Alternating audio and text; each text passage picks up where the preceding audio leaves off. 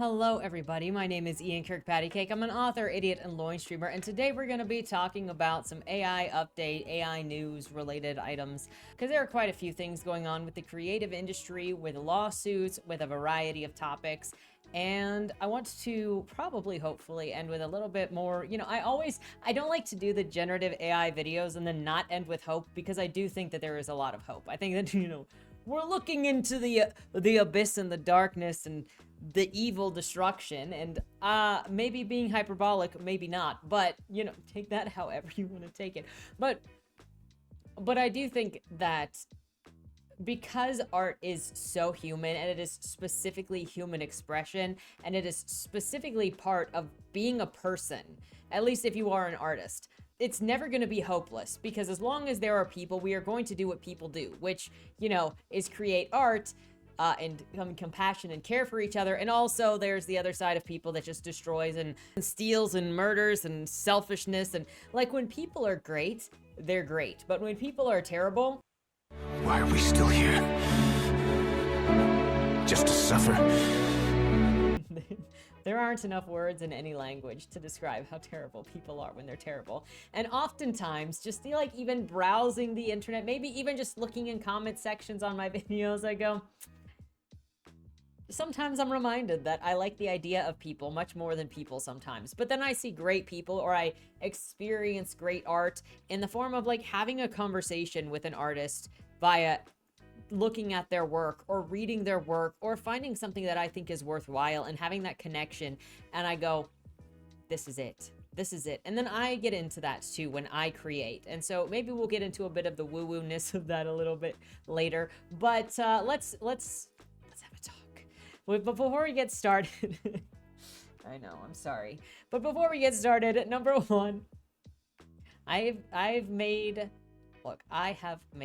amends. I have found peace in accepting that I am a paper idiot. So, this is where we are. But before we get started, number one, if you enjoy what I do here on this channel, please remember to like, share, and subscribe for more. Number two, if you would like to be featured on this channel, check out the links down in the description below. The number one way to be featured is through Lamoy, the monthly prompt writing contest, where I give you a prompt, you write a short story using that prompt, and on the first Monday video of the month, we bask in your creative geniuses, your creativity, your risks that you have taken, which is even just sharing your work out there.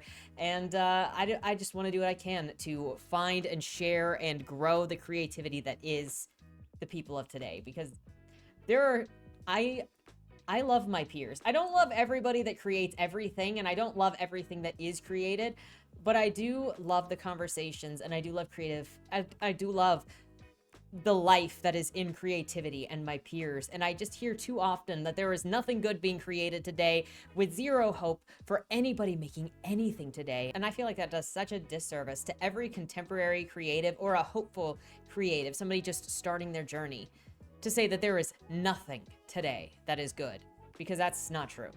And so I want to do my part to both encourage, share, find, and help people get their stuff out there the best that I can. So these are the ways that I do it. One is with Lamoy. The second way is if you are an indie author and you have a book out, or a book that is coming out, if you submit it to the Fresh Meat feature, first chapter and the cover, it'll be read here on the channel to hopefully help more readers find your work, because I promise you, if you've put in the work to make it the best thing that you possibly can, there are readers out there looking for it. The third thing is, if you would like to check out any of my books, they're available at any of your favorite places to get books, including the local libraries upon request. With that said, let's get into the topic at hand. These videos always turn out longer than I want them to be, because there's always a lot of stuff by the time I cover them. And it feels like it hasn't been that long since I covered generative AI, because like I did a video 2 weeks ago doing a response to somebody, but it's not the things that are happening. But there's just always things going on. That's just the world of technology. Let's be real.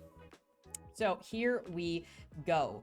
The first one, and as you might see, we got little Casey over here, gonna be joining us on this journey today, where, someday we might actually have Ralph down there as well, because my fantastic creative partner Monty is working on a picture of Ralph right now, and let me tell you, he is gorgeous.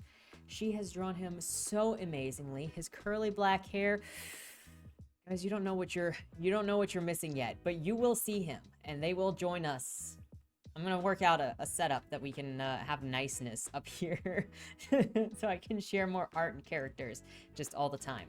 Anyway, let's get into the first thing here. Deep fakes of your dead loved ones are blooming Chinese business. So let me know how you feel about this personally. I don't think it's good. I think removing humans out of anything that is human, meant to be human, as specifically a human experience, is actually very dangerous. I don't think that it's just saying goodbye to your loved ones. I think that's something that needs to happen from person to person. And I think this actually violates a lot of rituals, like cultural, societal, social rituals that usually come with somebody passing, that I don't think that this is healthy mentally for people and or spiritually for people. And the same way that I don't think AI generated or robotic wombs are a good thing. I think robotic wombs are going to end up creating a lot of psychopaths, because babies do absorb the emotions and feelings and love of the mother as they're being carried. But that's another thing entirely. I just think that taking humans out of what is human and is necessary to have the human touch is ultimately going to be very dystopian and destructive to society as a whole. I don't think it's healthy. And just because you can do something doesn't mean you should do something, because the results of that are destructive. But let me know what your thoughts are on this.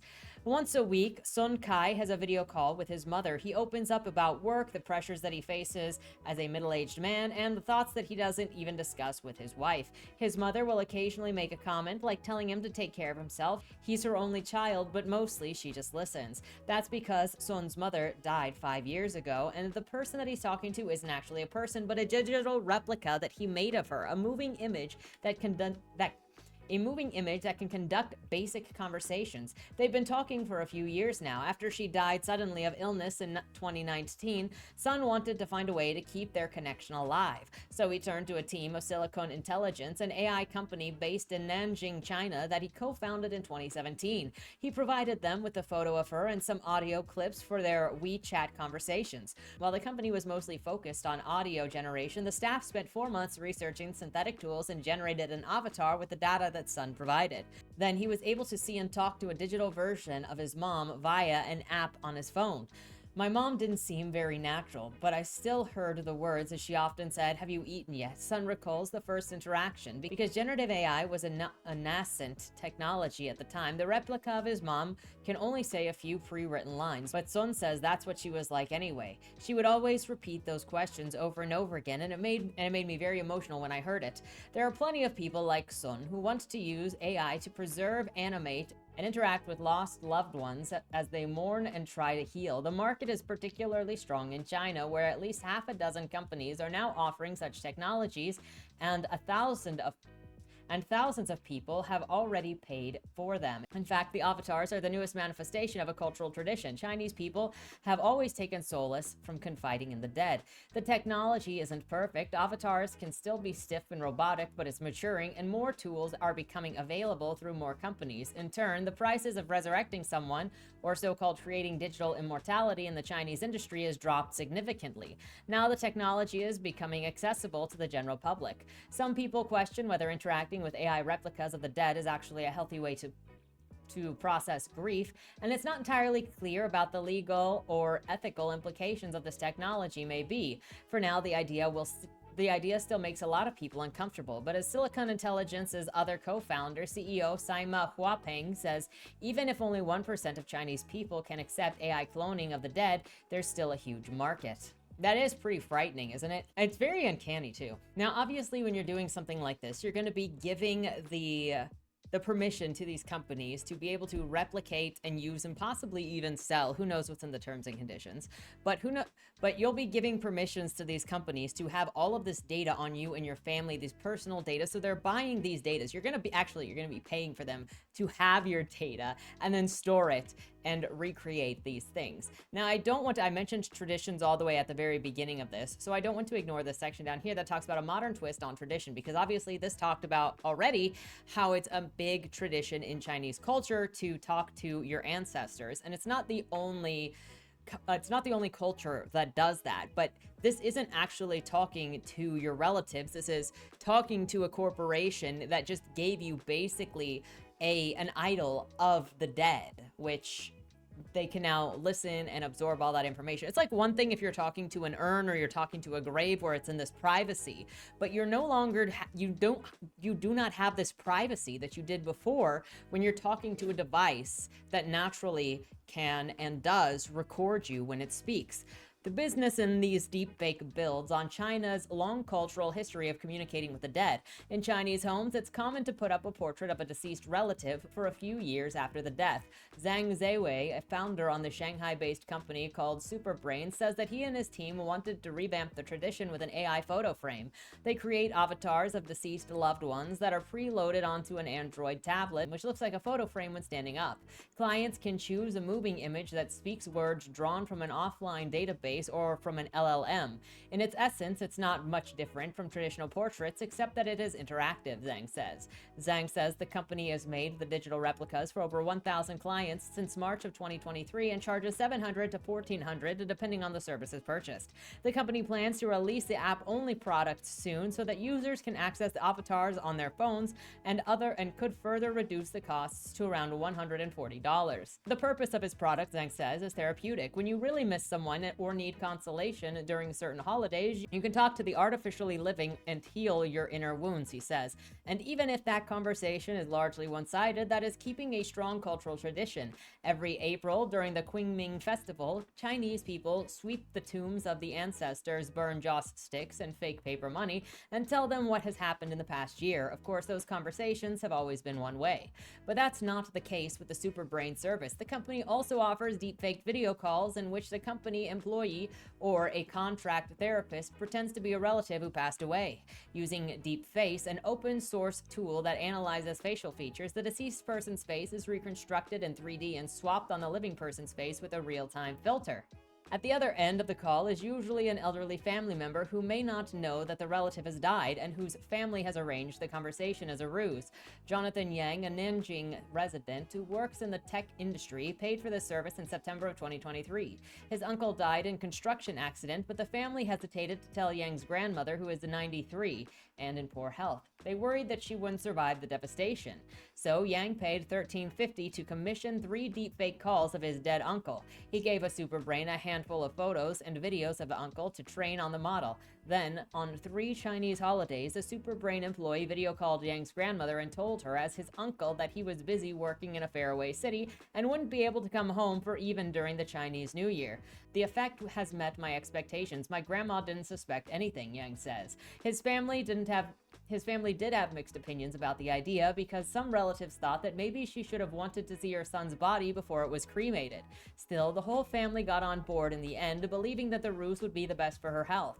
After all, it's pretty common for Chinese families to tell necessary lies to avoid overwhelming seniors, as depicted in the movie The Farewell. To Yang, a close call of the AI industry, Trend's creating replica of the dead is one of the best applications of the technology. It best represents the warmth of AI.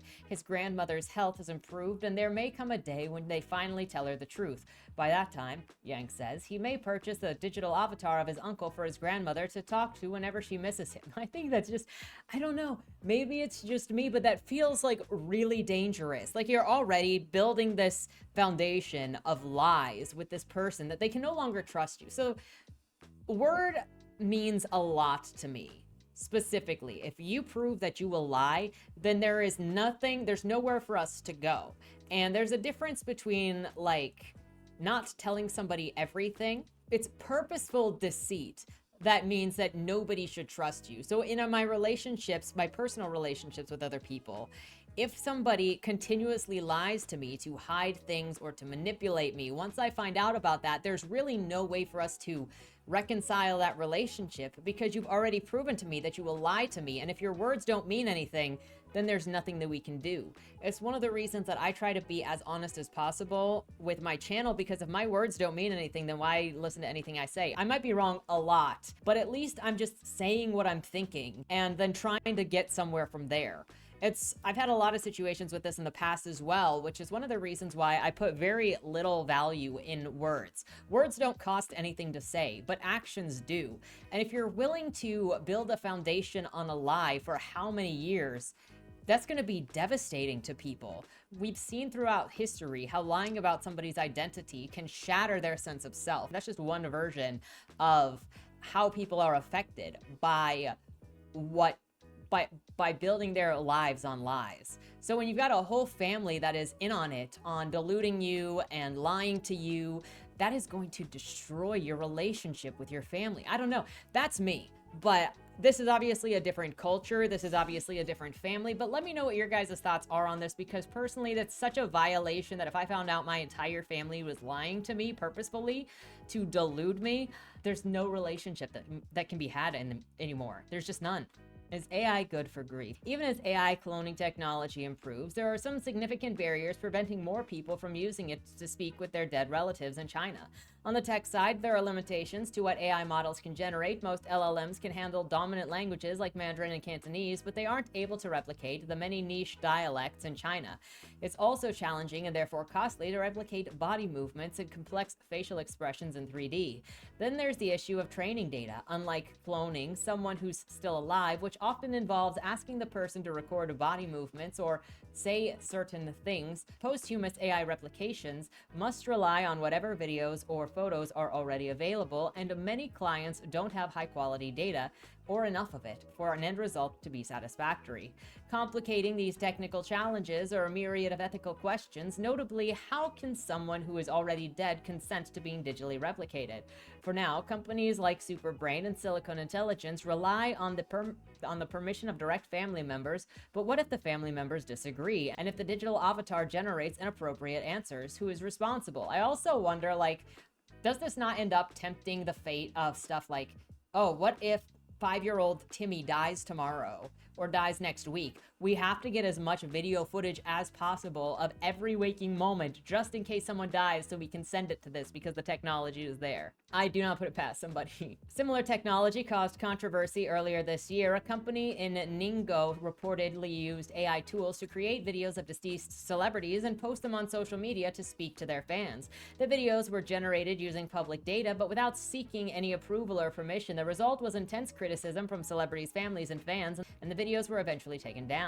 It's a new domain that only came out after popularizing of AI, the rights of the digital eternity, says Shen Xinhua professor, who also runs a lab of creating digital replicas of people who have passed away. He believes that it should be prohibited to use deepfake technology to replicate living people without their permission. For people who have passed away, all of their immediate family members must agree beforehand, he says. That's not how it's gonna work. That's not how, like, since when has anybody in this industry cared actually about consent? Because the beginning of this whole thing started with lack of consent. No. It's not going to happen. It doesn't happen. It's not happened at all. There could be negative effects on clients' mental health too. I mean, okay, so you've got, they're not able to grieve. They're not able to see the body and to get their own closure if that's what they need for closure. And then on top of losing that, when they find out that you've lied to them for how much amount of times, that person just lost every single person in their life. Every single person they thought that they could rely on is gone when you confirm that you've been willing to lie. For how long? Together, to gaslight. It's not going to be good. I don't see it having a good outcome. While some people like Sun find their conversation with avatars to be therapeutic, not everyone thinks it's a healthy way to grieve. The controversy lies in the fact that we replicate our family members because we miss them. We may constantly stay in a state of mourning and can't withdraw from it to accept that they are truly past, says Shen.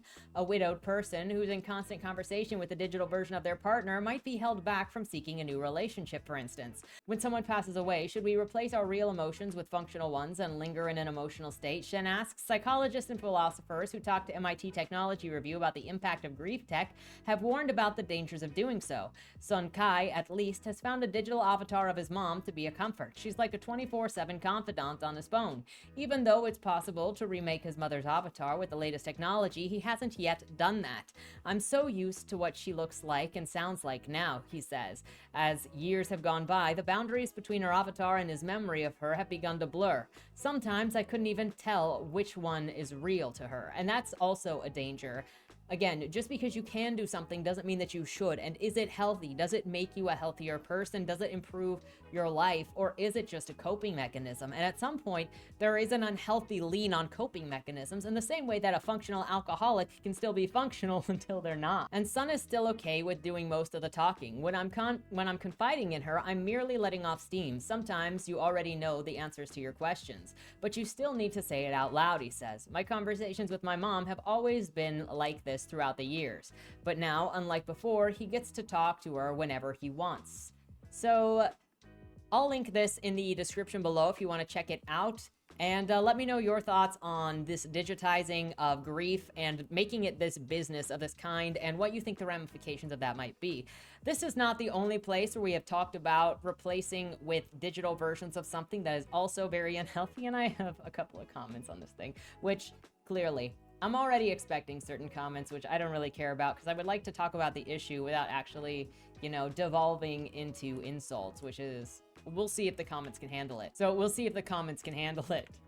A couple of weeks ago, I saw this going around with a video of this AI digital girlfriend at this bar that is supposed to be your girlfriend. And it's like people saying guys are going to choose the generative AI girlfriend because everybody sucks. All women suck. And you give me a child. I mean, harkening back to Thursday's video of Heather, maybe that's onto something if this is the ideal girlfriend, where it is just picking something. Now, I understand people are lonely and that people cope in different ways with that loneliness. But the question is this healthy? Is this really the future that you want? And is this really your ideal girl? Is this really what you want? Now, everybody is free to always do whatever they want in the realms of this is how you want to spend your money. This is the relationship that you want to have. Honestly, if you want a partner that you can just treat as an object, better it be a fake thing than a real person, because a real person doesn't need to be mistreated like that. But the question is, when you have people that so openly look at women as just an object that need to shut their mouth, that women are so stupid and so should just be there to look good, and only when they're told to be there to look good, like don't get into sports, don't get into gaming, don't like anything that men are supposed to like, because men are supposed to have their exact own spaces that women can never be in. And I'm not talking about invading men's spaces. I'm talking about just insulting women for having atypical interests or any interests at all, and then being told to get out of here, you don't belong here, when it's just playing a video game. Like, we're not talking about all the political things. We're talking about yelling at people for saying, you don't belong here, period, get out. Women don't know when to shut up. And we're couching these conversations of disrespect in general, of objectification, where men are seen as just resources, where men are abused in relationships for their resources as providers, and women are abused in what's expected of them as well. And it's not every relationship either. We're just hearing and seeing people complain about extremes because nobody reports on stuff that works. So this isn't me saying that there is no complications going on, that there is no abuse going on either, because there is. But it feels like people are getting so wrapped up in their emotional response to the situation and their own victimhood, whether it's one way or the other, where it's then demonizing everything. Again, harkening back to Heather from Thursday, go and watch that video if you haven't watched it, and demonizing the other while feeling like they are the victims and there is no way out. And the only way out is to either get the child, which is what happened in Heather, or to get the AI child that you can completely objectify, where you can get the machine to make you the money so that you don't have to, so you don't need a man and you can be independent. And these are both extremes that objectify the other into just being that thing to fill that space, instead of seeing it as a person, instead of seeing the balance and the teamwork and the partnership that is a relationship, because that's what a relationship should be. I mean, according to me, a relationship is a partnership where you're not the same. You fill in for each other's weaknesses. You provide compassion, you provide understanding, you provide nurturing, you provide what that other person needs and fill in for where they're low. And it doesn't mean that it's going to be perfect either. Every relationship is going to have times where you kind of step on each other's feet, and that's fine. You just have to have the willingness and the respect and the love to deal with that other person's shortcomings and to be able to have that conversation with each other when something like that happens. There just happens to be a lot of people. There also is just a lot of, it also looks like to me from the outside watching things that there are a lot of people who are very emotionally responsive. It doesn't matter if they're male or female, and have been abused and have gotten a knee-jerk reaction, an emotional reaction, and don't want to risk being hurt again because of stuff that they've seen or paranoia or stuff that they've felt previously too many times. And I get it.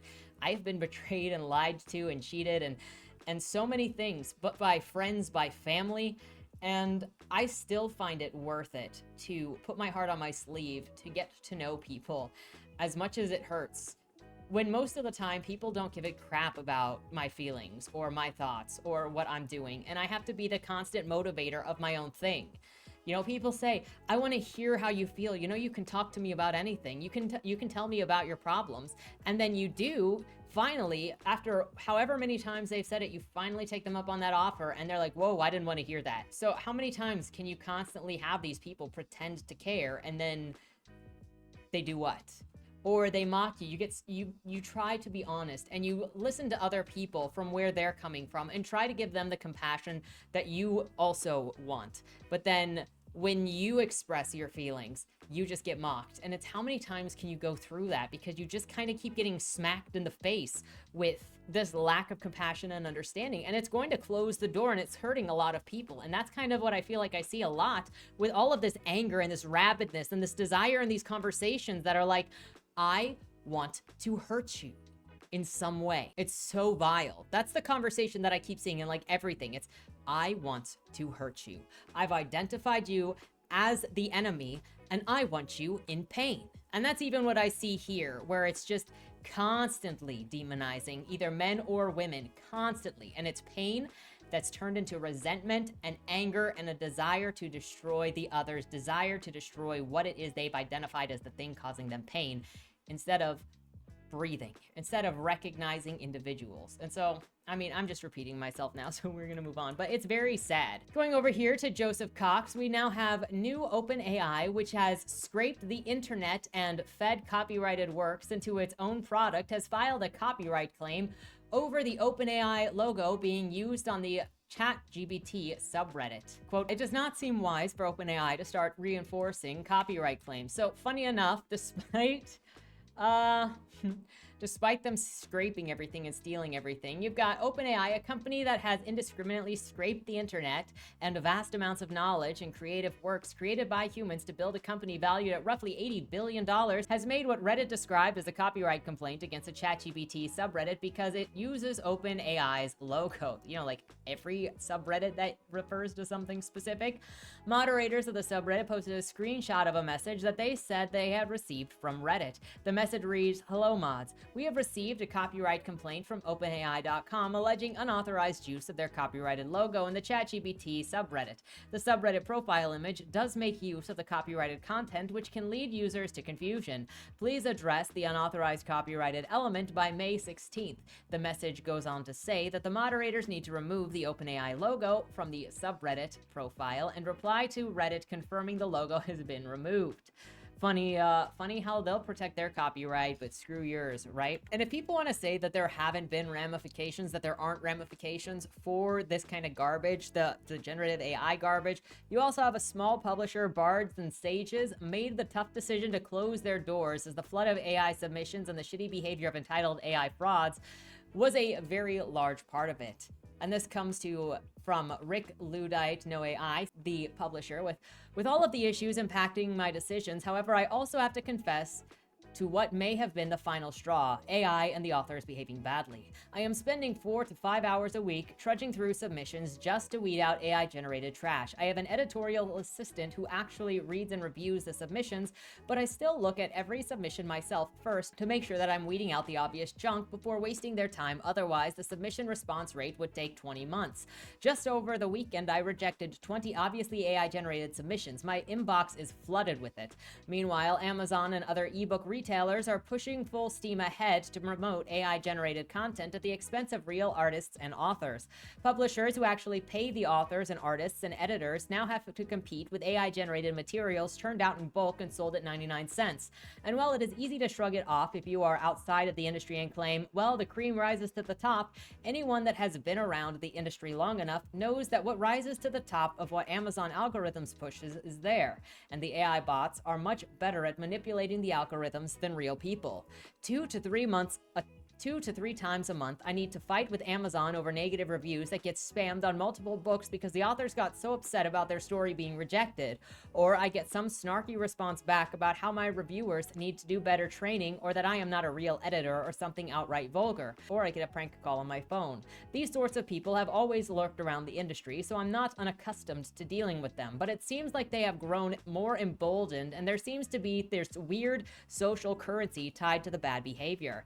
Now, everything else that I have going on, I do not have the mental energy to deal with these people. And this kind of makes me think of from last Saturday when talking about Shadow of the Conqueror and Chad Brooks's response.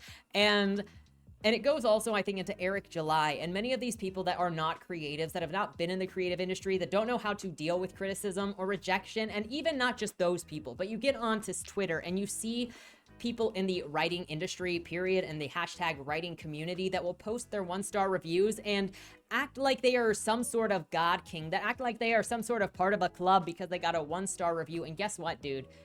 Every professional, period, in the industry has people that don't like their book, don't like their story. You're not getting some sort of badge of honor. The only thing that it says has happened is that the book has gotten out of your little friends group and gotten to an actual customer. But people will parade these 1-star reviews or these critical reviews around and or start lecturing you and getting mad at you for not saying what they want you to say. And there are so many unprofessional people that have gotten into the industry, not only because of self-publishing, which I think by and large is a great thing, but I think a lot of people have not done the work to treat it as a profession that it is. And instead have just gone full steam ahead and then also treat it like the internet blood sport, because a lot of the people in the opinosphere that respond to media just pick at and destroy and attack artists and authors, and you see and actors, and you see it in the way that they've treated Hollywood for the last however many years. And they think that is normal. So then somebody gives their book a criticism and they think that it's biased. They think that you're stupid and they attack you. And that's not what the industry does. And so I feel like that's why stuff feels more emboldened, because you've got a lot more people coming into the industry that see it as gig work, not as a profession. They don't care about the profession. They don't care about the readers. They don't care about the industry. They see it as a gig or an accolade to give their name some extra title for something they don't care about, but a bragging right. And I think that's what you see here. In an act of desperation, you also have OpenAI considers allowing users to create AI-generated pornography, as if that's not already happening, as if in a video previous, I didn't list a website that currently has like bounties where you could say, hey, make this person into pornography. And people are already doing that, making deep fakes of private citizens, of celebrities, of whoever they want for pay. Critics say that ChatGPT creators' proposal to allow erotica, slurs, and other adult content undermines their mission statement. It's going to do harm. Not only that, but this feels like desperation to make money, because there is money in pornography. Everybody knows that. But also, like Reed says, it's especially a huge liability issue because of its potential to cause harm and create fake pornography, fake deep fakes of people who aren't doing anything, of private citizens. And I mean, it's full steams ahead to try to get as much money as possible before it gets outlawed. That's what it feels like. Going over here to the Online Hustle Studio, we have another scammer here who just has a backlog of AI-generated things, of copyrighted materials, and telling you how to rip off IP, protected properties, in order to make yourself money. And again, it's just rushing the door to see how quickly you can make money before anybody else can, before it gets outlawed, before you actually get struck down.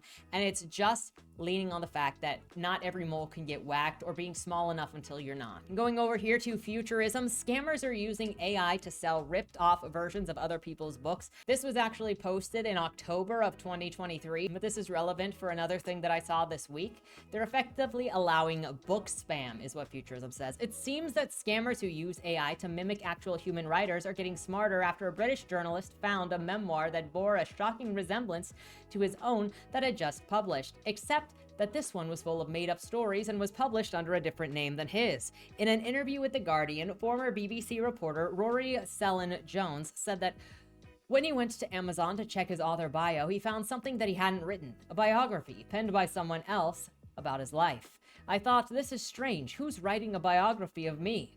Selin Jones told the paper. It's difficult enough for me to sell books about my life, let alone for other people to sell books about me. The book, published under the name Stephen Walrin, was nominally a biography of the BBC alum, but turned out to be a complete fantasy that strongly appeared to be generated by AI. Its story diverged almost comically from the author's actual book, Ruskin Park, Sylvia, Me, and the BBC, detailing the sordid love affair between his single mother and the absentee father. There are passages about the Selin Joneses. An academic family sat around a table, the true author said. His father, a kindled academic, his mother, a teacher. Just completely baloney, Selin Jones quipped. To make matters that much worse, the real Selin Jones told The Guardian that after he looked at the book online, he got an email from Amazon recommending the same phony biography about him instead of his own.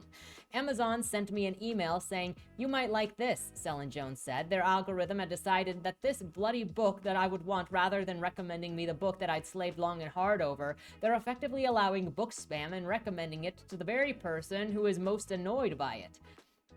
Even more surprisingly is the profile for books reportedly written by Stephen Wilrin featured more than 30 titles that were a mix of repetitive throwaway cameras, how-to guides, and fantasy romances, with half of them having been published on a single day earlier this year.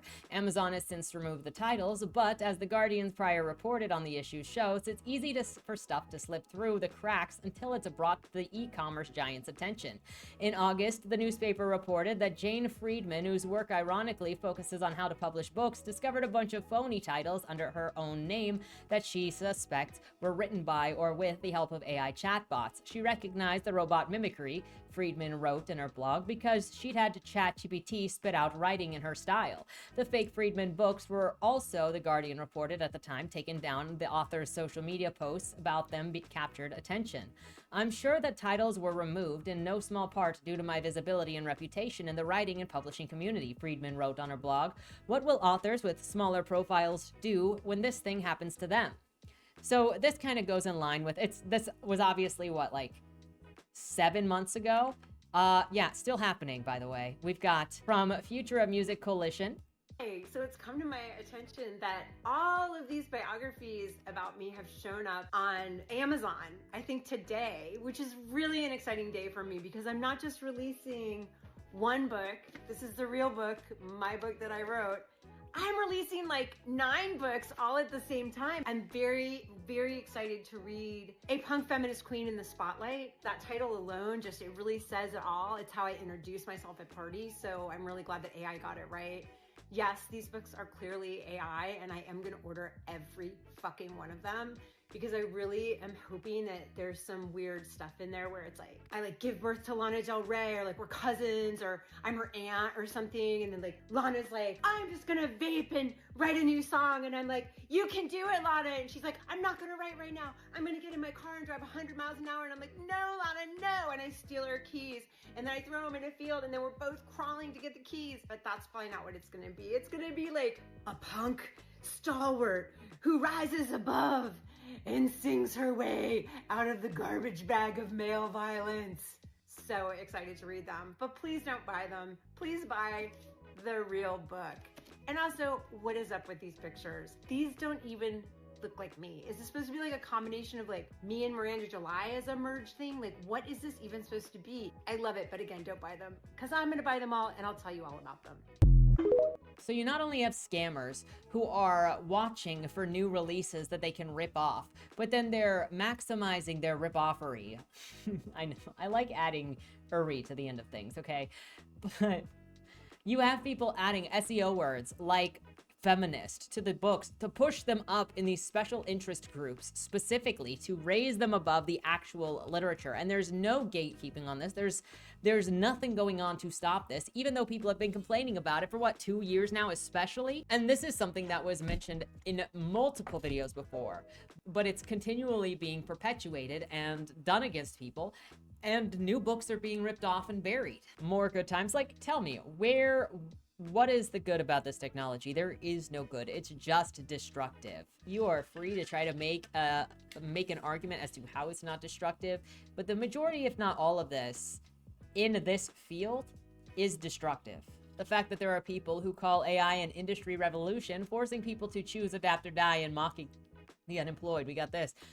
Check out this intriguing blog post about deepfake generated camera that can automatically undress people. It's a fascinating yet concerning development in technology. Meanwhile, you have OpenAI saying that they're thinking of allowing pornography when it's also already happening. Where there was also a story, I think it was, not a story, where there was also where months ago, I remember there was a TikTok video of a girl, she was a minor, and she was crying on TikTok because somebody had taken her videos and put her through a generative AI to undress her and then sent her those mocking her, saying, we have pictures of you nude, and there was nothing that she could do about it. But then here you go with a new camera that can undress people almost in real time to send a message about AI. A new deepfake camera is an art project that shows how artificial intelligence can undermine reality and privacy, taking photos of subjects and completely nudifying them in just 10 seconds. Over here, we have some of the most harmful applications of AI tools are not hidden on dark corners of the internet, but are actively promoted to users by social media companies unable or unwilling to enforce their policies about how you can buy ads on their platform. And we have Instagram's Nudify ads, where it is this generative AI doing exactly what the camera said. It is undressing people against their will at any time and selling that.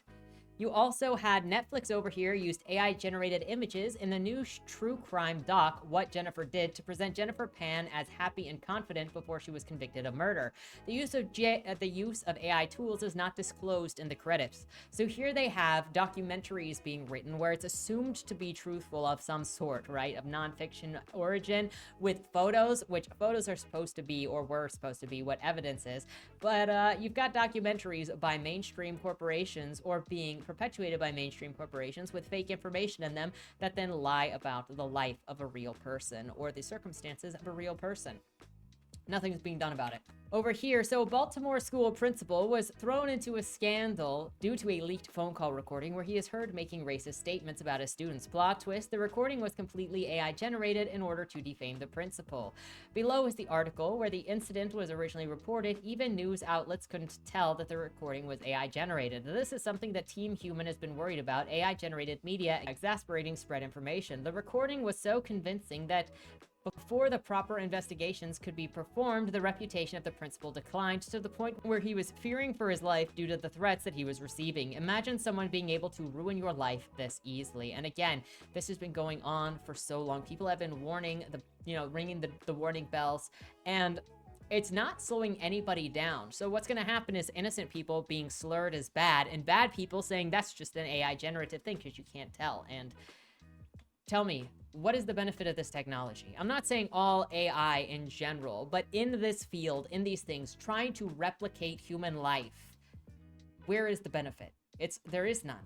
Justin Goby Fields with, hey, Gen AI won't affect working artists. 75% are unemployed. Here's the real kicker. Most of us aren't in a union. Jobs affected are more than just the union. And he posts an article from IndieWire where Art Directors Guild suspends their training program. So that means it's forcing out different artists that are just trying to get into the industry with, we cannot in good conscience encourage you to pursue our profession. A memo sent to prospective applicants cited 75% unemployment in the ADG ranks. And like Justin said, a lot of artists, most artists, are not in an organization. This is even just Americans, because of the union being an American thing, and this is affecting artists worldwide. Then you have over here with Joe Russo saying, well, someone did it. They made an AI movie, and it's coming out this summer. If the dead-eyed visuals weren't enough to turn you off, the acting certainly advertised why we still need human actors, writers, and directors. I don't know why you would see a movie that had no creators, no people involved in it, but like, this is just disgusting. Also, you can be like, there's nothing here. There is nothing here. So, oh Claire, my gosh, the music. what's your stop? The City of Lights. I should say the music. I'm hoping it's a new start. The noise. I don't think we have to pray for longer. Maybe you're the dark, mysterious kind of man who never shows his vulnerability. Got a feeling that the wait is Oh my over. god. Maybe you're the kind of woman who's never sure of what you want, even if it's right in front of you. From all of the hardship. Is this from somebody that doesn't... Is this from somebody that doesn't even know, like, the purpose of art, why art is made, why people... like, what people are expressing? It's from somebody that only sees what artists do as product. darling.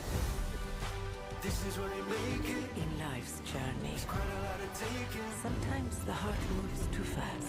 Del, wait, don't go. Oh my god. Sometimes moves too What fast. the frick is that? Del, wait, don't go. Sometimes emotion. too slow. But I if can't you tell. time it just What is the point of a movie if it is not to express an experience and to share emotions and to inspire people one way or another or to show something? What is there in this when there is no human emotion, no involvement, nothing? It's just. It's nothing. It's less than nothing. It's disgusting. just right. That's when love arrives. Claire, I thought you gave up on me. I'm not going to let you go.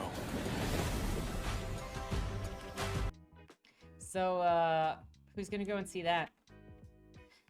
Going over here to Stack Overflow bans users en masse for rebelling against OpenAI partnership. Users banned for deleting answers to prevent them from being used to train ChatGPT. So again, we don't care about consent. Apparently, only care about consent if it is one company against another. But if it's your data, if it's your answers, if it's your whatever, no. And that's also funny because Stack Overflow is specifically meant to give information to other programmers so that you can figure out how to make what you need. So that is openly sharing, free sharing. And I remember when I was working in automation design a couple of years ago, and we used Overstack all the time to kind of get stuff to help us piecemeal together parts of code. Like we would get general ideas and then edit it for what we needed to do with it, because most jobs aren't programming.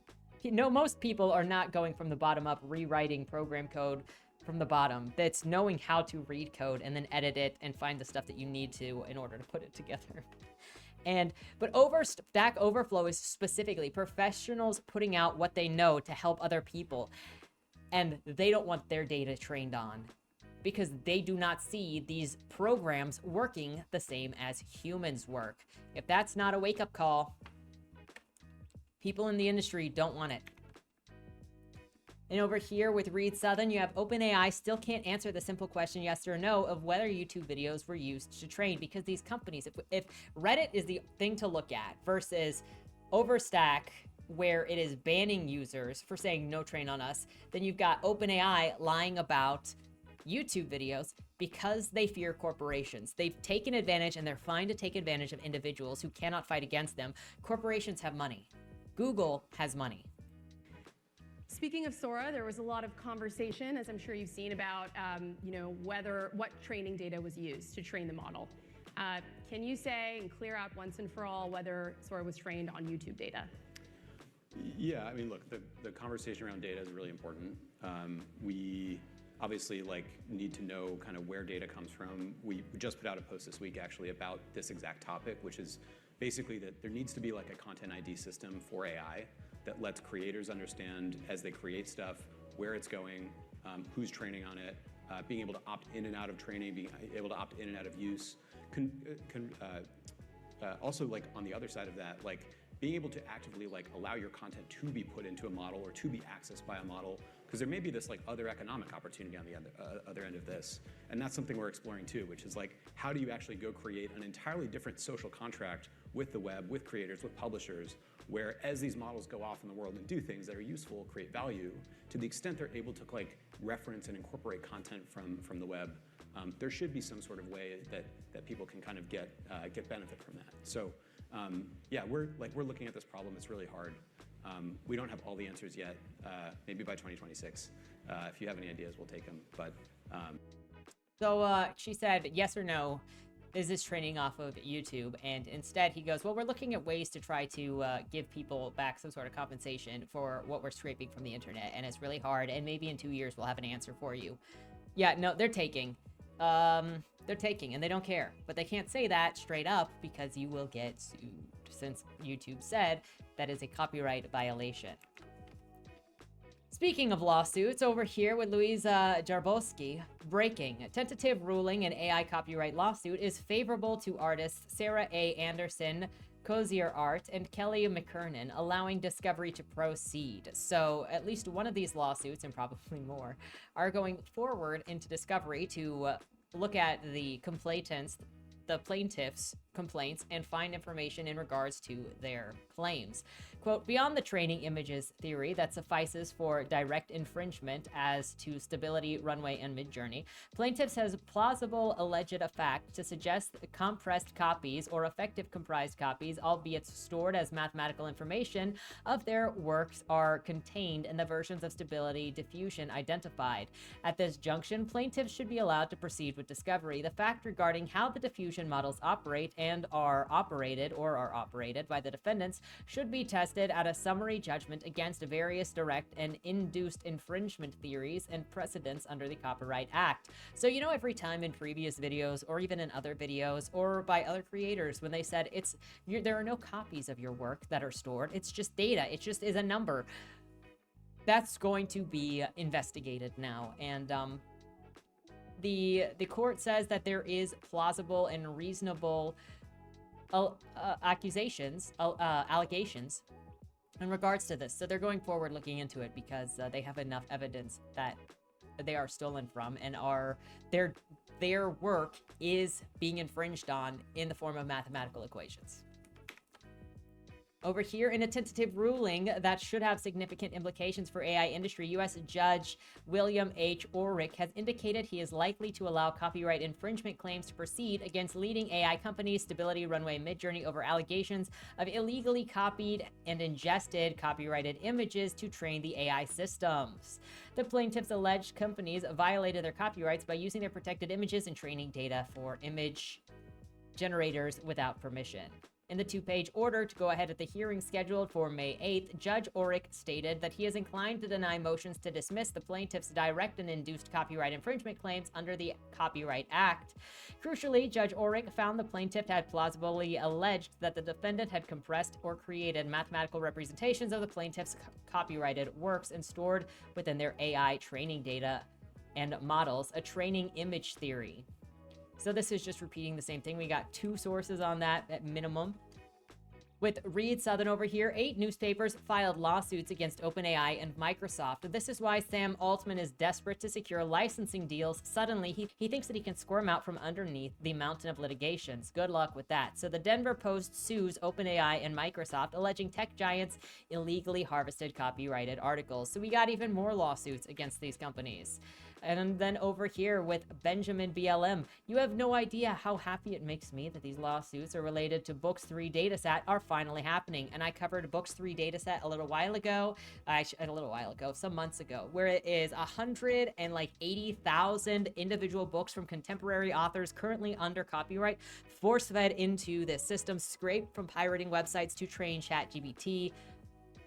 And it looks like authors Rebecca McKay, Jason Ronalds file a copyright lawsuit against Mosaic ML and Databricks. Important quotes. Mosaic ML is admitted to training its MPT-7B model on the copies of Books Red Pajamas bookset dataset, which in turn is a copy of the Books 3 dataset. Therefore, Mosaic ML necessarily trained on the MPT-7B model on a copy of the Books 3. Certain books written by plaintiffs and class members are part of Books 3, including the infringed on work, and thus Mosaic ML necessarily trained on MPT-7B on one or more copies of infringed works, thereby directly infringing on the copyrights of the plaintiffs and class members. On information and belief, Mosaic ML made further copies of the Books 3 dataset and subsets thereof to train other models on the MPT family. For instance, Mosaic ML released the model called MPT-7B StoryWriter 65K+, the StoryWriter model, a variant of MPT-7B that Mosaic ML admits was further trained on a filtered fiction subset of the Books 3 dataset. This will be linked in the description below if you would like to look more into this specific lawsuit. So you've got images and words are being currently gone after. Over here, the Berne Convention is an agreement between 181 countries on Earth that basically say we mutually respect the copyright of other countries. AI companies are clearly ignoring Article 9, yet international bodies like WIPO aren't responding or protecting creatives. Where you have the Berne Convention for Protections of Literary and Artistic Works. Article 9, authors of literary and artists' work protected by the convention shall have exclusive rights of authorization and reproductions of these works in any manner. It shall be a matter of legislation in countries of the Union to permit the reproduction of such works in certain special cases, provided that such reproduction does not conflict with the normal exploitation of the work and does not unreasonably prejudice the legitimate interests of the author. And if you're getting ready to say, well, nothing can stop me, you can't protect it, or other countries already do this, just because you can break a law doesn't mean that it is suddenly now okay. People can still murder despite it being illegal. It doesn't mean because you can disrespect the law that suddenly it doesn't exist. It just means that you're a piece of crap. And going over here with Neil Turkovitz, technology companies tend to beg forgiveness rather than ask permission, and it seems some of them have already ingested a considerable amount of music for AI without license. And so, the music industry has a lot of money for lawsuits, and so good luck with that. And down here with Ed Newton Rex, you've got, yep, copyright infringement can cost up to $150,000 per copied work. The amount of legal risk some of these companies is taking is huge. So once these lawsuits catch up, it could pretty much be the end of these companies. Over here, Publishers Weekly, as HarperCollins has linked an agreement with audio AI company Eleven's Labs to create audiobooks for HarperCollins' foreign language business using Eleven Labs text-to-speech technology. Now, I personally disagree with using generative AI or AI voices for work. I think you're going to get more emotion out of humans. In general, you're going to get more uniqueness. I will always hire voice actors if I can. Honestly, if I could, I would hire a voice actor right now to be doing body more because I don't have a lot of time. Honestly, I am so busy trying to work everything into my actual work schedule as well, because I have to go to work multiple times a week, you know, like a normal person. I have a day job and I do all of my creative work on the side, where I find time. And so stuff takes me longer than I wish it did. But also, I love listening to other people be creative. I love the collaborative spirit. And so I would love to be able to hire other people and to get those other voices. And it's talking about in foreign language when you could be giving people in other countries the ability, like you could be paying other people. That changes their life by making that choice. But it's like, oh, you're not worth spending the money on to actually hire a real person. So we would rather just outsource it out to not having to pay anybody. And then you can just have the slop that comes out of that. I think that ultimately in the end, whether no matter what language your story is in, I think that your story will stand on the top, even if it is more costly in the end or harder to accomplish. You will stand out with human voice actors, because the cheap option is going to be what the slop does. With Reed Southern, we have, why would OpenAI choose a license on anything at all if they truly believe everything is fair game? It is because they know that they are violating copyright law and striking deals is how they plan to skirt the litigation. And he's got here, Financial Times and OpenAI strike content licensing deal. So that link will be down in the description below if you want to check out that, because they're just, like he said in a previous tweet that I showed, they're covering their buns because they know that they're giant liability right now as the lawsuits catch up. We also got from Jason Cobbler, new, the National Archives has banned employees from using ChatGPT, notably considered it is responsible for preserving an accurate historical record of the United States. Additional guidelines. The NARA email also referenced previous guidance given to employees of NARA about the responsible use of artificial intelligence, which includes instructions like do not rely on LLMs for factual information and explains that LLMs should always be used with caution. NARA information should never be used with chatbots or other online AI applications. ChatGPT and other similar tools may produce results with bias, including racial and gender biases in their response. They may generate false or misleading responses that may negatively impact the quality of the work performed or assisted by AI tools. Previous guidance, which 404 Media obtained from NARA, as is available as the PDF below, reads, importantly, AI-enabled tools incorporate the inputs and responses of previous users' queries into their responses to queries from other users. This means that information provided by NARA users will be incorporated into other responses, which may provide unrelated users with biases and otherwise inaccurate responses about NARA and using NARA information. So question anybody that talks about using generative AI to create nonfiction, because yeah, it's not legitimate. Ed Newton Rex says training generative AI models on copyrighted works without permission cannot be justified by saying this is how humans learn. Artists have always learned from each other for centuries. When you create, you expect that other artists will learn from you. You learn from the myriad sources, including active and passive learnings from other arts, studying textbooks, and taking lessons. Much of this you or someone pays for, supporting the entire ecosystem. In generative AI, commercial entities valued at millions or billions of dollars scrape as much content as they can against the creator's will without payment, without multiple copies along the way, which are subject to copyright law, to create a highly scalable competitor to the training data. It is beyond belief that people suggest these should be treated the same. I feel increasingly confident that people only use this argument because other arguments for Gen AI scraping, incredibly, are even worse. And without fail, my comment section always has somebody saying, but what about humans? Are you against humans thinking the same thing? Are you against humans training? There's part of your answer, my guy.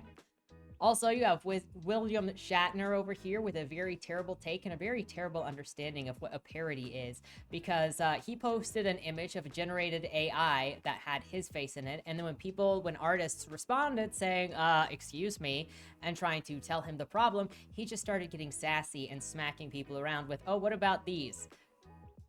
It's called a homage. Down here with Benjamin BLM, you have, hey Bill, the examples that you pulled are of the example you pulled is of American Gothic by Grant Wood. It's been in the public domain since 1958, which is why people use it freely. They are not stealing, they are following the law. AI companies, on the other hand, use current artists' work to compete with them.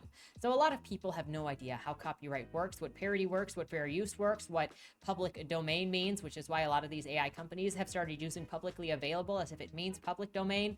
They're not the same thing. William Shatner just not helping with anything. Then over here from Bloomberg, you have AI computing is on pace to consume more energy than India.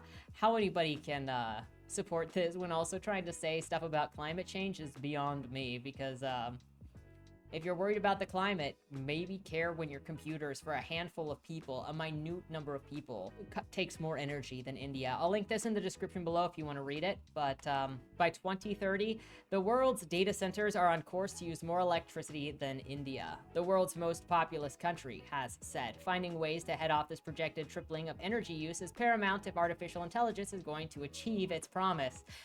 I mean, or it's going to leave everybody destitute. With Ed Newton Rex, copyright laundering in action. If Company A trains a model on creators' work without permission and Company B generates synthetic data of their own using that Company A's model, Company B is exploiting creators' work without permission too. As Steph Palazzolo says, this is happening all over the place and is the AI industry's worst kept secret. All they do is steal and then trade each other the steal data and then say we're not using stolen data when it's literally all the same thing. And I mentioned this in my last AI related video where it was called synthetic data, and there is an article on that. On to some good news, which is going to actually also carry over into the generative AI stuff. I mean, but we got some good news with the lawsuits going forward. But here with artist Na Zhang, she won her appeal. The Luxembourg court has ruled that Jeff Dysenberg infringed upon my copyright when he used my work without consent. Using different medium was irrelevant. My work being available online was irrelevant. Consent was necessary. So what you have here is that Zingna is a photographer and she took a photo of this, and then Jeff took the photo and then repainted it and then painted it and then called it original and said it was not a copyright infringement. However, the judge has said that it is not. Just because it is done in a different medium does not mean that it is not copyright infringement. This win means a lot, not just for me, but for the artists and photographers everywhere. It's a reminder that copyright protects individuals from those who try to profit off of their work without consent. It reaffirms that our work being online doesn't mean that we give our rights up. For 2 years, I've been harassed for fighting this because of my gender, my race, and my being a photographer. My home address was doxxed, and I was told that I'd be put in jail, that I'd kill myself soon. I lost out at work because of how it ate away at me, but I didn't want to give up, and so you got stuff like this. Okay, I wanted to beat the record of downvote a Chinese complaining about copyright infringement, and now say it slowly. China steals from everyone. I guess it's about time that we return the favor. You took a photograph. He actually painted something. Cry harder. You are dying of severe depression. Poor devil, you will put yourself out of your misery. Stop this insanity. We will put you in jail, and you are driving us crazy. Stop being a little chicken. Because the painter won money and the photographer wants a cut of his money, I'd say the painting is more impressive than the photograph with the Photoshop and not the additional brushing up they do. What's with women and trying to take money from men? It just sugar baby then. So like she gets stolen from and they're just still insulting her. I couldn't give up because it's one of the longest held wishes to experience justice once in my life. Maybe it's stupid ideal, but I think that we can. And we should stand up to bullies who believe that they can get away with anything because they know people can't fight back. So this is for the young me who couldn't fight for herself, for everyone else who felt the same, and if they couldn't challenge what seemed terrifying, powerful, and unjust. I know that as an individual, it may seem like there isn't much that we can do, but even if we are alone, the act of many individuals fighting for what's right over time may one day be collectively enough to make a difference in this world. And that's one of the reasons that I will constantly fight, not just for creativity, not just for the right of the individual, not just to have your voices heard or to have the creative voices heard, and not even just for that. It's also for like the way that people treat others disgustingly, or the way that people just disregard other people's characters or creativity or things that are disturbing because, well, it doesn't bother me, so like why the frick should it bother you? Just get over it. I will always try my best, and I'm not saying that I am perfect or that I do it perfect every time, because I definitely don't, but I will always try my best to express and fight for what I believe and to try to help where I can on what I believe. And I know that as individuals, because I do think ultimately it makes a difference. Even if I sound stupid, and I know that I sound stupid to some people, I know when I talk about characters as being their own living ideas, and not just being tools to me, as being their own things that just develop, and they're little people. I know a lot of people don't understand that, but that's what they are to me.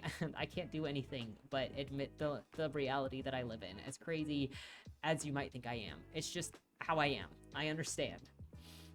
Next time you see someone do this to another artist and claim that using a different medium is transformative and not copyright infringement, or this was found on the internet so it's free, show them my case because they are wrong. And so then you've got the link to her case. I want to thank Luxembourg and the judicial system for upholding my copyright protection for an individual, especially in the time of AI where our rights seem to be quickly eroding. And to my lawyer, Vincent Wellens and co at Nata Diltil, thank you for fighting to protect the rights of artists. I'm grateful for the incredible kindness of the people of Luxembourg and everyone around the world. Your help and support meant it when my world was breaking apart. And I hope that more of the world will look towards Luxembourg and remember that copyright is what allowed the individual like myself to work as an artist. Because without knowing that I can own what I create and make a living off it, I could never have chosen this path in my life. It's hard to find the right words after 2 years of suppressing what I can say or share, and I'm still processing the fact that I can finally start to have my life back.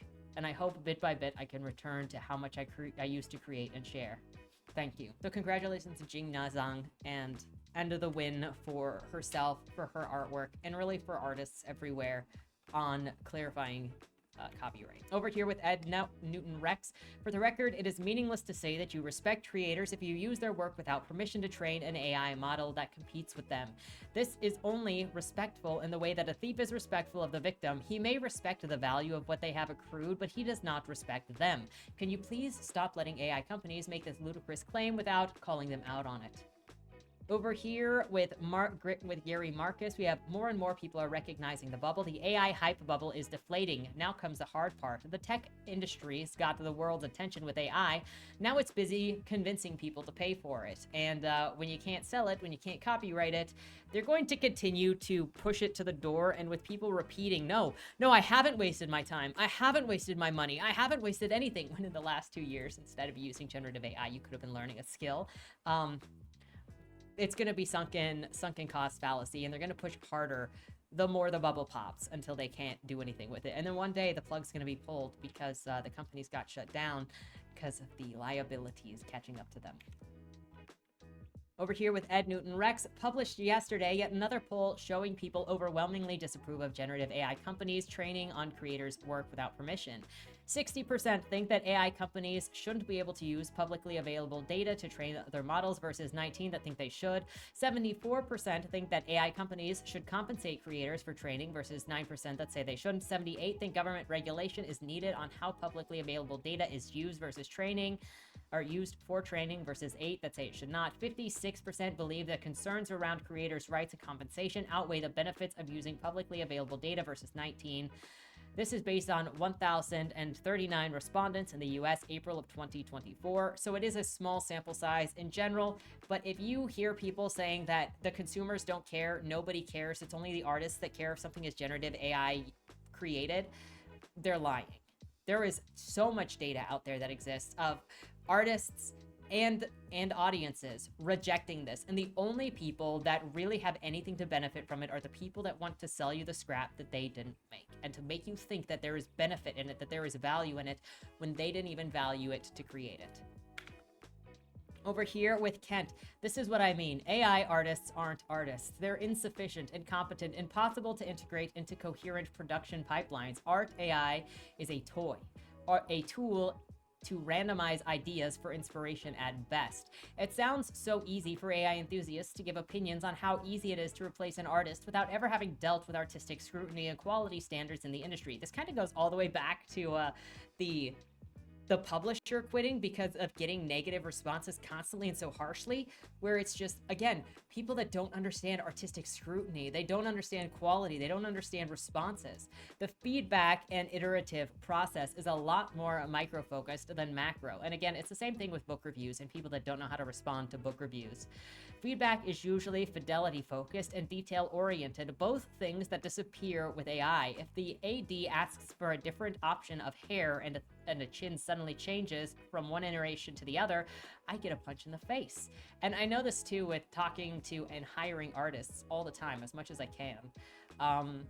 And describing my characters to get them made as perfectly as Casey looks down here, as perfectly as Ralph looks, as perfectly as they have looked in other art that I've gotten, that it is so specific. And it is such an intimate process to be discussing who your characters are and how to bring them from your head into real life with the help of someone else who has the skill to help you visualize it, that they just don't understand.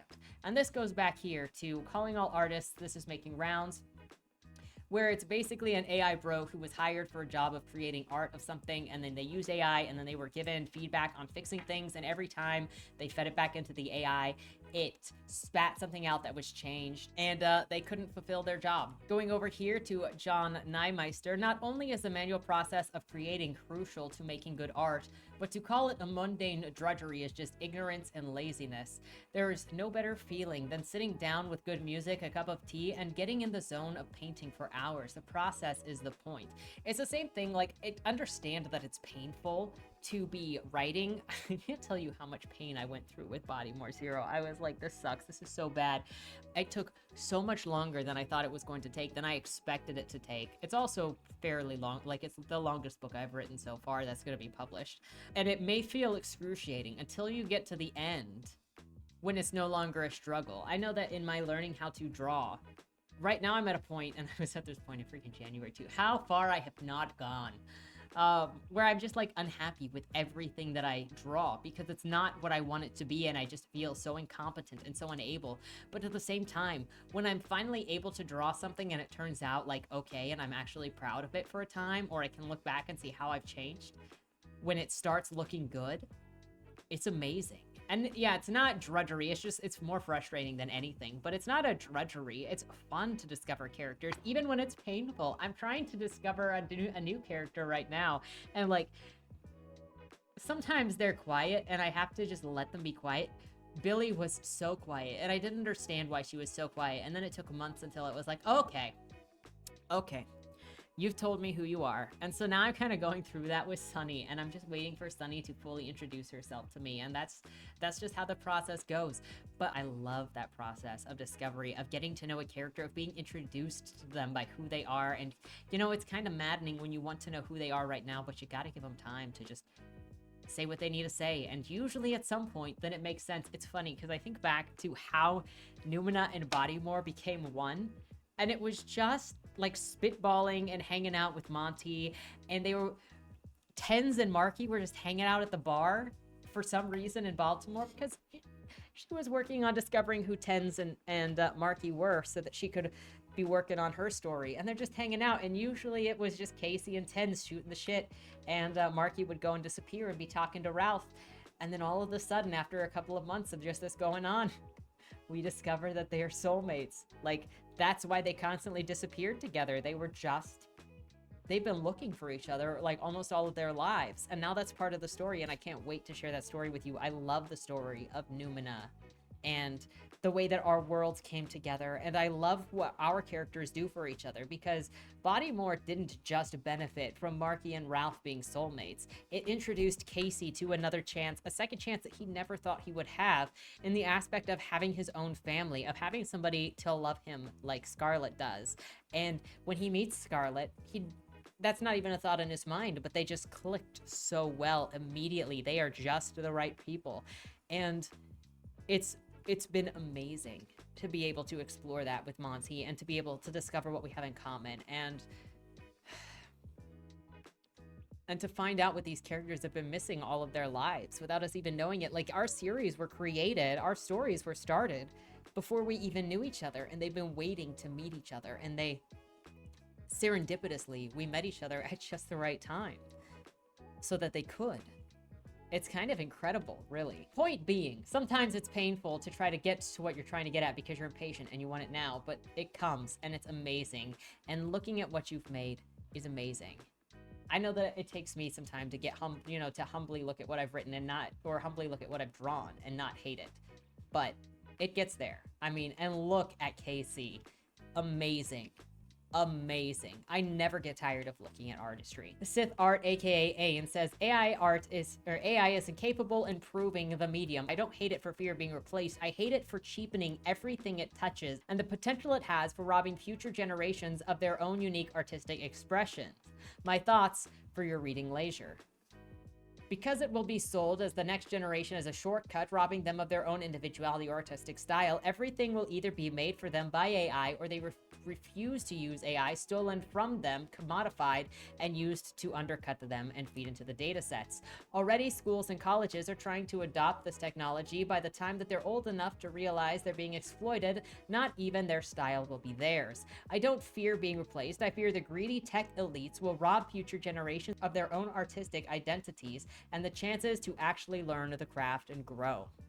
And so for this, I will constantly always encourage people to not use this technology, to not use whatever this disgusting stuff is, and learn yourself the best that you can, because it will rob people. It is robbing people of a lot of things, and you have to do a lot of trial and error to find your style and to find your skill and to learn those skills. And you're being sold lies. The opportunities are being taken away from the next generation, from our current generation, with some of the people who benefit from this stuff saying that there's nothing good that exists currently, shitting on everybody in the industry currently, every peer, every creator who has spent decades working on their craft. And you know what all they look at? Freaking Star Wars. Speaking of devaluing everything it touches, that includes human relationships, human life. That goes back to the opening article of today with the grieving app. That goes to this and the AI girlfriends, where it is devaluing relationships, devaluing partnerships, not just making women into objects, making men into objects, because this will go both ways, and it is destroying what you could have with a lie. And by the time you learn that you've been exploited and taken advantage of by a tech company that doesn't care about you to get your money, where are you? If you ever find out, I think some people will fall into the delusion and never know. This goes with the people don't care narrative. Benjamin BLM over here says, I think it's interesting how quickly Brianna Taylor came out to clear up the situation, almost as if people recognize AI has a toxic reputation. Anyway, I'm staying away from anything Jonathan Uger touches from now on, the AI producer. And this is in regards to discussion film. The director of the new Hellboy movie, Brianna Taylor, says that there is no AI in the film and that Motion Pictures misquoted the situation. The comment was referring to a different film, The Offering. Rest assured that there is zero AI used, and our gloriously practical Hellboy looks phenomenal. Probably the article was written by AI. So There was rumors going around that generative AI was used in the new Hellboy, and a lot of people responded with, well, I'm not gonna have anything to do with this. And so they cleared it up very quickly because consumers, viewers, audience members, lovers of art, of storytelling do not want this. By and large. Over here, Jason Lemkin says, there's an AI backlash happening now in the enterprise in particular. Many vendors have promised big results and not delivering, especially in automation. Promising to automate 50% of your content center with AI and your interactions with AI, etc. No one is hitting it. The genie isn't going back in the bottle. Customers are committed to the goal, but vendors have way overpromised across the board. Something else I wanted to mention on the cheapening of everything that it touches, and people ending up either being artists being taken advantage of or exploiting stuff to be created for them. Again, it also weakens your empathy, your ability to read stories that are going to provide you with experiences that you could never even have imagined, that only other people could give you, because you don't know what you don't know. So you're going to prompt what you ask for, but you're never going to see what you don't know. And it's ultimately going to end in being less empathetic. Over here, also, don't be taken advantage of. This follows that as well. The Byte says, ChatGPT used to link memory loss, procrastination in students. So students who are paying thousands of dollars to go to university using this in their classes are only cheating themselves, are only making it so they can't think, so they are unworkable in real life. As tempting as it might be, don't use it. It doesn't help you. And it won't help you when you get out of the learning environment of school. You only get out of school what you put in. Think about that. Finally, Reed Southern here with 100%. Art is hard. People genuinely don't pursue it for riches. They pursue it because they love it. It can also comfortably pay the bills. That's usually enough for most. And this goes back to General Jumelin saying, very few people pursue arts to get rich. Most artists simply want to create. There are far better and easier ways to make money, and art is not one of them. I've seen that happen in some of my comment sections on previous AI videos before, where it's this assumption of all artists are part of the elites. The only reason, I've had even in my comments, the only reason that they pursue is to make money. I've even had it in my comments of somebody saying, get a job, which I have a job, I've had a job, and I do art on the side because I can't not. I have been compelled to create since I was a child. My first story was Sapphire the Blue Pony as a school assignment, and I just never stopped writing since then. I never stopped drawing. I sat in church and drew on the bulletins every single Sunday as I, wrote down the PowerPoints that were up on the screen. And I have always been a creative. I can't stop. I love exploring ideas through creative writing and through reading and through character design, and I love the conversations that come through, the connection that comes through in reading and listening to music and looking at pictures and looking at characters. It's not something that you do for gig work. And while there are gigs of it, that's not really why. That's more like a product. That's not why people do art. And that's also where I think you see a big difference in the AI bros coming in or the gig workers coming in, like the editor person from last week that only sees it as a way to make money because they don't understand the creative part of it. And even a lot of artists have very different ways of how they approach it. Clearly, characters are living things to me in a way, and I don't control them. And other people approach storytelling or the arts as their tools, and they're there for a purpose. I'm reading a book right now, and I've read books before that feel like they exist in order to create a philosophical conversation. Sam Fenna's book was like that. I've got the stories like Heather from Thursday, where it feels more like it's about processing emotions and expressing some frustrations with the world. And those conversations, as opposed to having characters live. And so there's not one correct way to write characters or to create stories or to create art.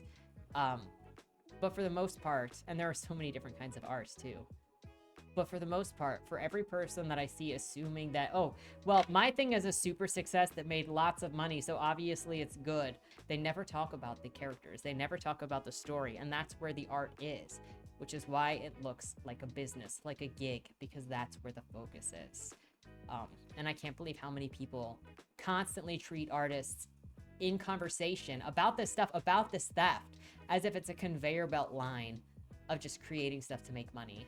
and then pawn it off on the stupid consumers, because that's what the conversation feels like, instead of respecting the readers, respecting the audience, and respecting what you're creating. And I think that gets lost in a lot of things too, because I have experienced, and it's going to sound crazy, okay? It's going to sound super crazy, and that's fine. I've accepted that I'm pretty insane in my own kind of way. It's a benign insanity, and that's fine. But to ask people to respect a character, or respect characters in general, to not like jump on abusing and objectifying, and that's so, like, some characters are made for that, but some characters aren't. And instead, every single character is treated like an object, and then that turns into every single person treated like an object. Again, it turns into Heather, where you have the author of that book, G.C. McKay, talking about how all thoughts are basically not people. Don't treat them like people. And then saying it's difficult to find a woman. So that translates into all women are thoughts, treat them like objects. That is all over the place. And it's so crazy to me how much fiction in general has to do with specifically not just abusing the characters, but then abusing the readers through the characters. Like, the characters then just exist for the titillation of the writer, who is putting them through things to be specifically pleasing to the author, even if it's torture, emotional torture, sexual situations, whatever, instead of respecting whatever it is that character is going through. And I know that other people do not care and don't look at characters as this living thing that is its own life, that has its own choices, its own things that it goes through. I can't help anybody to see how meaningful they are to me. Like, I feel more like I'm translating an experience that I'm being told. I'm more like tapping into somebody else's experience and then writing it. And I know that sounds crazy. I get it. It's a complicated relationship with creativity, and I accept that, because I know and I talk to people who have a very different relationship with creativity and writing than that. And so I don't expect anybody to share that with me. But at least asking for the respect and dignity of the characters or of the way that I approach them, it seems so out of bounds for some people that it's just like the automatic response is destruction.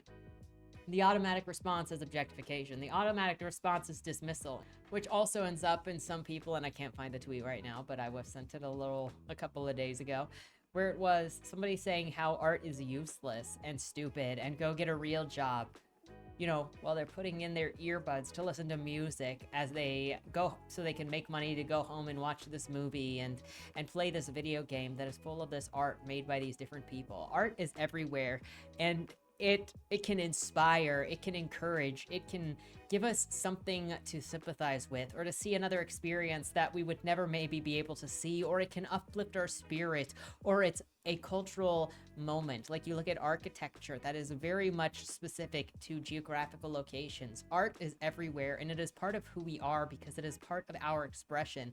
It's specific to a time period and to a place and to a person's experiences that are going to be specific to what they can experience, what they know, and how they translate it to other people.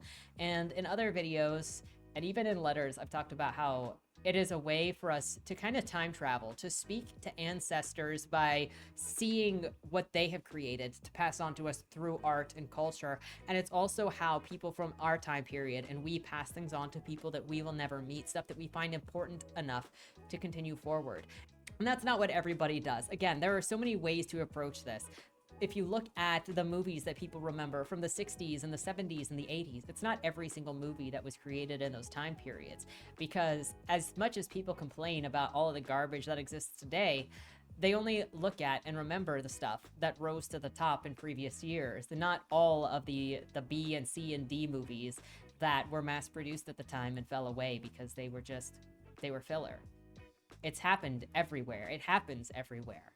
And so there are different types of things that are created, and that's how it is. But it is something where people make, and sometimes it's just trend setting, sometimes it's trend following, and sometimes it is an expression that will live on forward. And we people that interact with the artists, no matter where they are, what time they are, when it is, are the people finding what we think is important enough to push forward, or important enough to talk about in general. For any other artists out there who may be starting out, or maybe, in the middle of things and be feeling down, I understand. because it's really depressing, and I try not to let it get to me too. But I think that what artists do is important. I think what non-artists do is also important. So like that's not even up for a debate. I think both are important. I think the duties and the things that we are driven to do are all important. And you'll find what you are made to do and what you are driven to do and what you are compulsively, what you got to do. And you're the only one that can do what you were meant to do. I talk about sometimes the Origin of the Sky as one of my favorite books that I've read last year, and that's because it embodies the idea of what storytelling is. And oh man, even talking about it gets me teary because the ending of it is exactly what I'm talking about. So if you haven't read it yet, I highly recommend you check it out. Full of great art by the author and artist, because she does both. And it's a story of parables. It's a story of a family. It's a story of how we are who we are and what makes us up. On that final note, talking about how special you are and what you're creating. Over here with Thomas Mahler, we have the idea that IP matters overall has been an erroneous notion that I hope that we can all accept as being profoundly wrong at some point. It certainly feels like a wave of acquisitions in recent years, not just by the game industry, but in general, that has been driven by this idea that all big corps will have platforms, and those platforms have to constantly be supplied with content. The problem is, if you remove the original creator from the IPs, usually you're left with nothing but a few names that meant something in the past, but won't necessarily in the future because, surprise, it's always been the talent behind those IPs that made them work at all. And it is not like this hasn't been proven historically yet. It's been proven to be true over and over and over again. Who cares today about Metal Gear without Kojima making it? How much is the Metal Gear IP still worth today? Who cares about Halo without Bungie driving it? How much money has been spent on trying to relive the good old days? Say what you will about George Lucas, but Star Wars wasn't the same without Crazy George's vision. As much as I love Sea of Thieves, the Rare we have today isn't the same team it was during the Nintendo days because most of the talent left a long time ago. Asking the Rare of today to make another Banjo-Kazooie is akin to asking the teams of a fan to recreate the past. All of old Blizzard's talent has left Blizzard over the last 10 to 15 years, and if you ask me, giving those new teams a chance to come up with entirely new things instead of having to work on stuff that was created by another team in the past. Even when the old guard was still around, Diablo certainly became an entirely different thing after Blizzard North was disbanded. Could Ori 3 be done by another studio than Moon? Would it be good to capture the same essence? Even if you'd own a brand like the Beatles, if you don't have John, Paul, George, and Ringo writing the songs, what output do you expect to get? The game industry in general has a history of almost trying to hide who the creative minds are. The games industry in general has a history of almost trying to hide who the creative minds behind those beloved products actually are.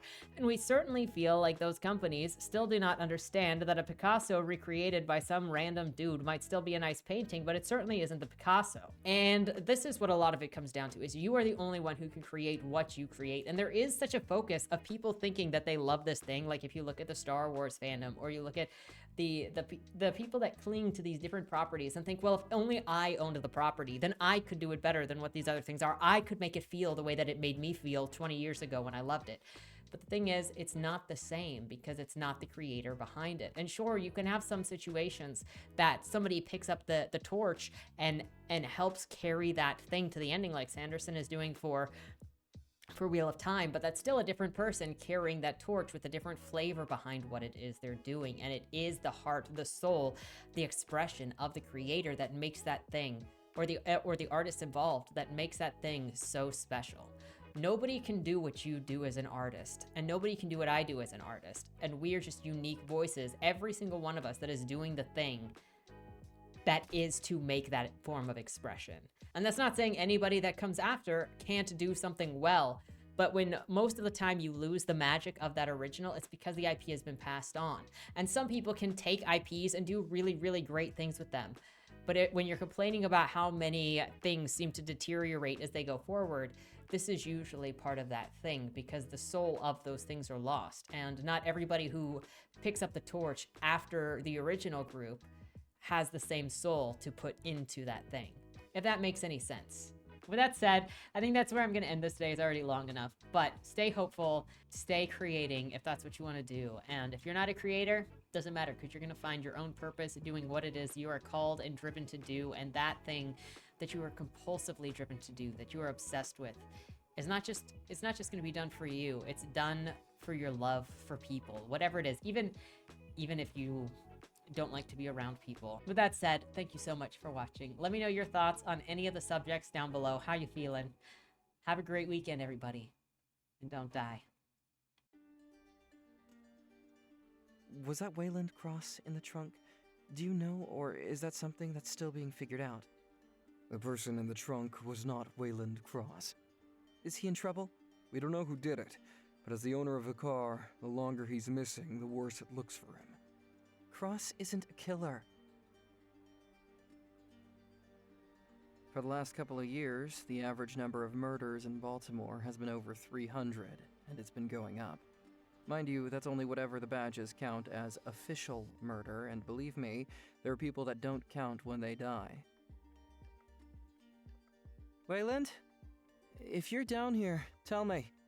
I'm not talking to the badges, I've been looking for you. They found a body in your trunk. Way. Why? Did you do that? To the left, plain black letters read along the wall. You walked in the corridor. Once that ends, you chose the dark is on the right. My vision goes blurry, flickers black and black for longer intervals until I can't see anything at all. I'm not screaming anymore, but my voice echoes back to me. Where the hell am I? You're dead, Josephine. Even smart people do stupid shit sometimes, right?